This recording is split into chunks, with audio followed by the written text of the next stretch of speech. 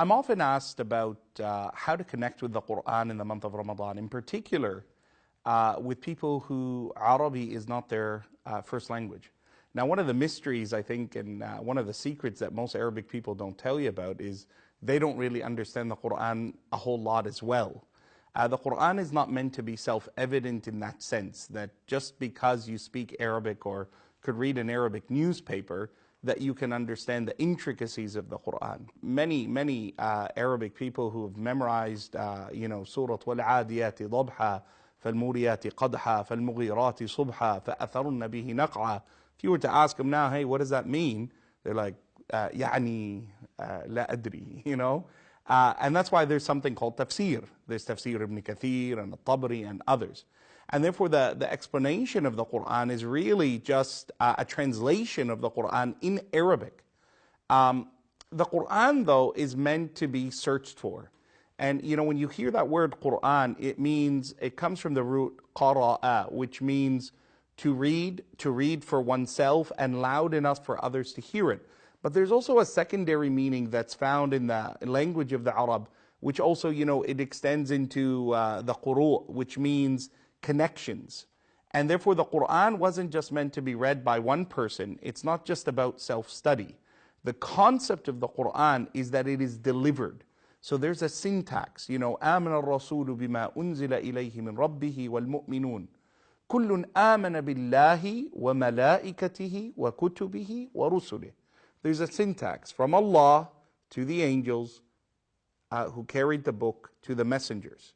There's a delivery system. And therefore, the promise of the Quran is that if you study it, and if you approach it, and if you seek it with sincerity, ذَلِكَ الْكِتَابِ, that is the book. لَا رَيْبَ فِيهِ, no doubt in it. Who does it benefit though?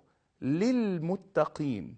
It is reserved in its benefit for those who approach it with a pious sincerity. And therefore Allah says in Surah Al-Qaf, and it's one of the most profound verses that I always remind myself and you to consider. Allah subhanahu wa ta'ala says that this Quran is a dhikr, it is a reminder. Liman, for these types of people, the one who approaches it with an open heart, the one who gives it his full hearing, full attention, who studies it, and the one who witnesses its truth as they learn it. And those three things, whenever you bring them together, you will benefit from the Quran. When you seek it with an open heart, with a soft heart towards Allah, when you want to find the truth within it, when you want to connect with it, when it becomes an impassioned part of your life, and you give it your full attention, you give it moments of study, you seek out lessons where you can learn it, and you bear its witness, you witness it in your life, you practice it as much as you can, you will connect with the Quran in the month of Ramadan and outside the month of Ramadan. So I implore myself and you always to be from those who has a system of study for the Quran. Make it a daily ritual of your life. Never should a day go by that you don't open its covers and you look inside it. Never should a day go in its life where you don't hear it read by other than you. The Prophet ﷺ used to love hearing it from Abdullah ibn Mas'ud and Ubay ibn Ka'b and Uthman ibn Affan and Ali ibn Abi Talib radiyallahu anhum wa ghayrihim ajma'een. And that becomes a sure way of finding the connection to Allah that you seek with the Quran. Finally, don't forget about the reward of the one who struggles to learn it. And I end with this hadith of the Prophet ﷺ, Al-Mahiru bil-Quran, kama rawi al-Imam Muslim, the one who's skilled and has artistry in the recitation of the Quran, مع السفرة الكرام البررة, they attain to the levels of the angels. وَالَّذِي يَقْرَأُ الْقُرْآنَ وَيُتَعَتِعُ فِيهِ, but the one who recites from the Quran and stumbles, يُتَعَتِعُ, stumbles in it, له أجران, is given double the reward.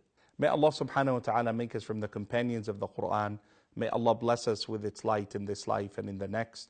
And may Allah protect us from the punishment of Jahannam with it. Allahumma ameen. Wassalamu alaikum wa rahmatullahi wa barakatuh.